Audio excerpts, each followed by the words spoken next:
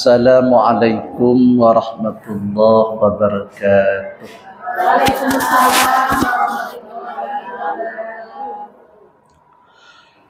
Bismillahirrahmanirrahim.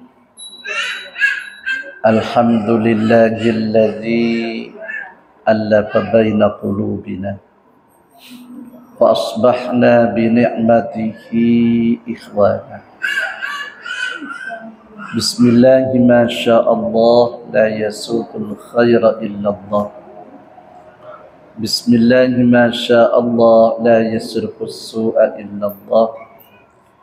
Bismillahi ma sya'allah ma kana min nikmatin faminallah. Bismillahi ma sya'allah la hawla wa la quwwata illa billah.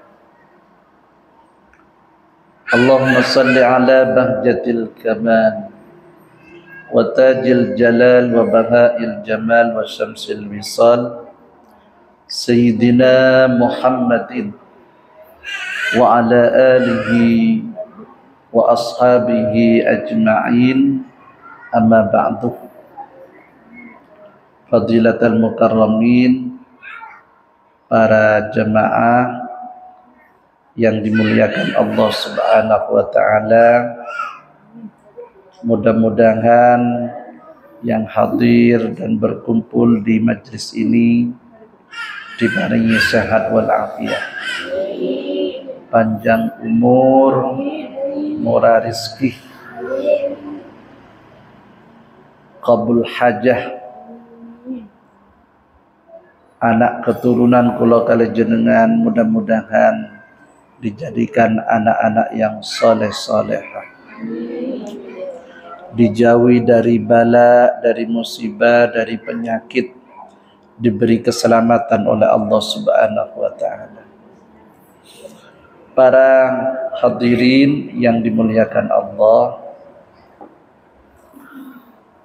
pada pengajian malam ini saya akan menjelaskan tentang ummahatul akhlaq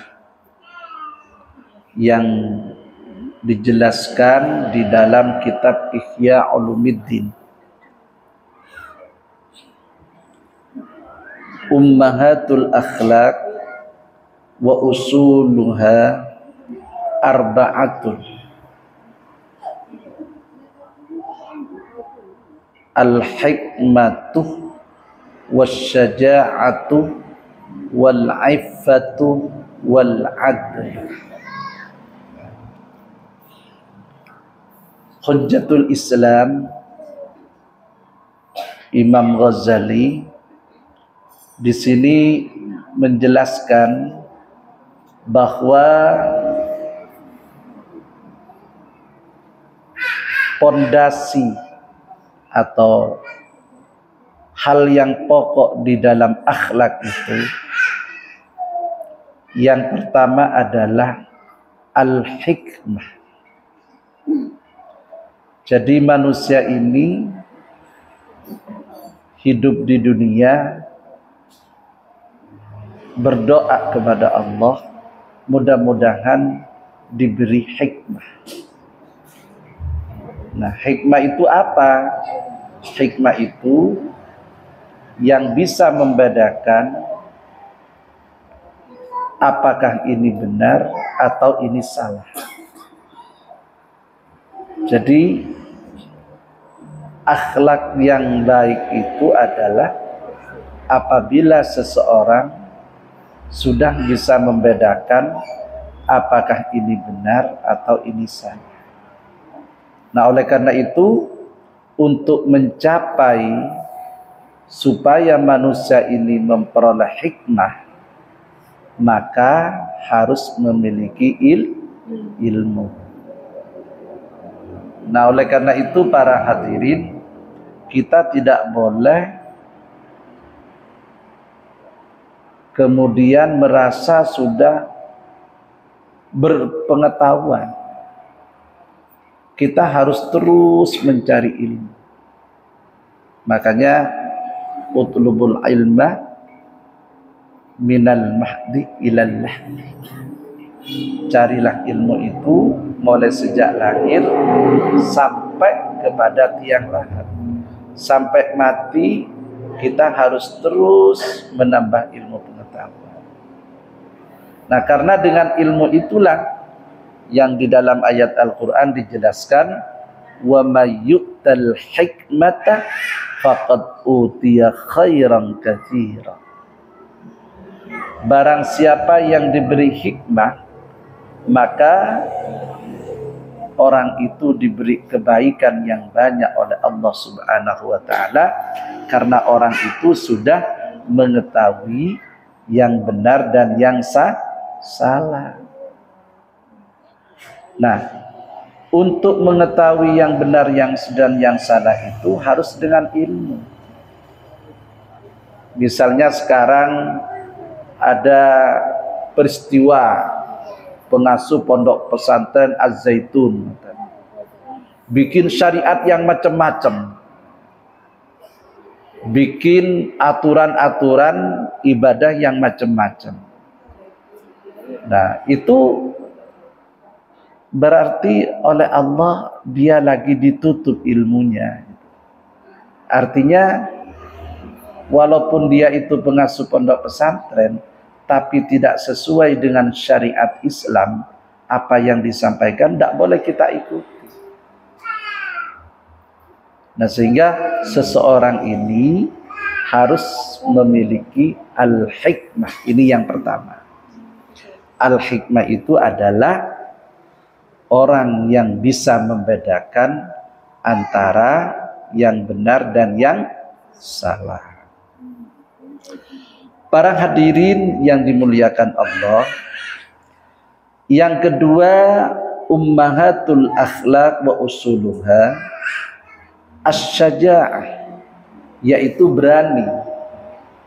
Berani niku nopo? Berani itu adalah pertengahan antara melampaui batas dan pengecut. Istilahnya, orang berani ini adalah orang yang bisa memanage, ya, atau bahasa sekarang itu adalah orang yang bisa menahan amarahnya. Jadi emotional quotient, orang yang memiliki kecerdasan emosi. Nah, orang berani itu bisa membedakan antara yang bahaya dengan yang selamat.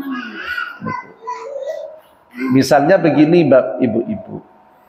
Ibu-ibu tahu, nah, di sungai ini sudah jelas-jelas ada buaya yang siap menerkam manusia. Nah, para hadirin sudah tahu bahwa kalau saya terjun ke sungai, maka akan disantap oleh buaya.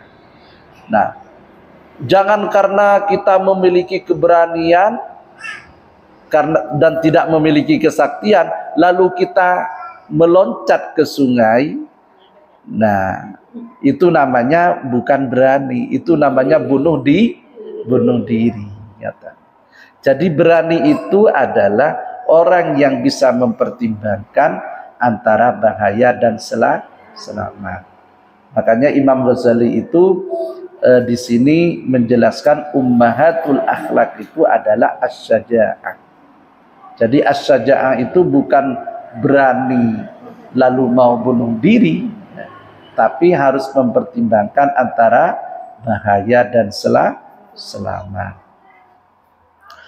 Para hadirin, para jemaah yang dimuliakan Allah, ummahatul akhlak wa usuluha, yang ketiga adalah al-iffah. Al-iffah itu memelihara diri dari perbuatan tercela.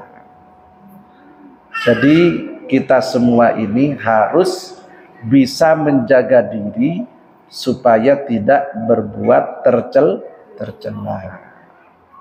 Ya, misalnya kalau sudah punya suami, istilahnya kayak sekarang itu kan ada kejadian, Bu.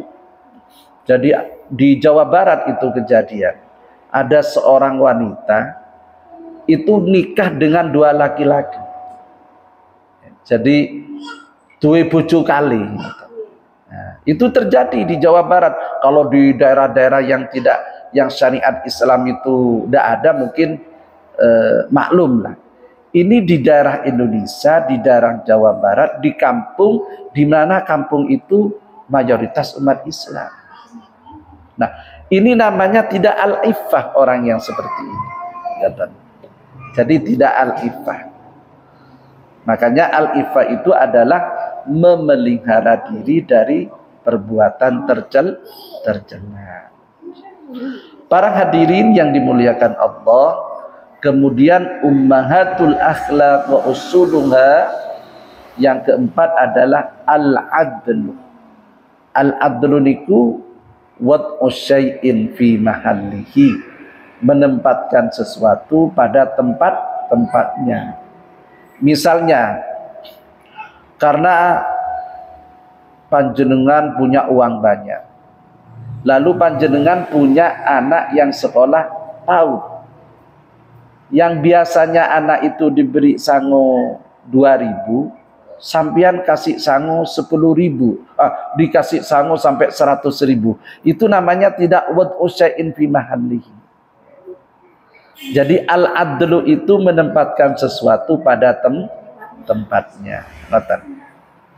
Jadi walaupun sudah sayang pada anak, tapi anak ini masih sekolah PAUD dan tidak boleh pegang uang yang banyak, maka ketika kita itu memberi uang banyak sampai 100.000, sampai 500.000, sampai 1 juta, berarti kita itu tidak menempatkan sesuatu pada tempatnya. Jadi al-adlu itu intinya wad'u syai'in fi mahallihi, menempatkan sesuatu itu pada tempatnya.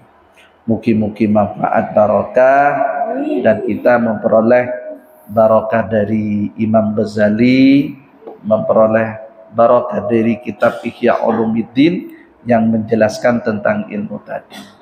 Hadanallahu wa iyyakum ajma'in, wallahu muwaffiq ila aqwamit thariq. Wassalamu alaikum warahmatullahi wabarakatuh.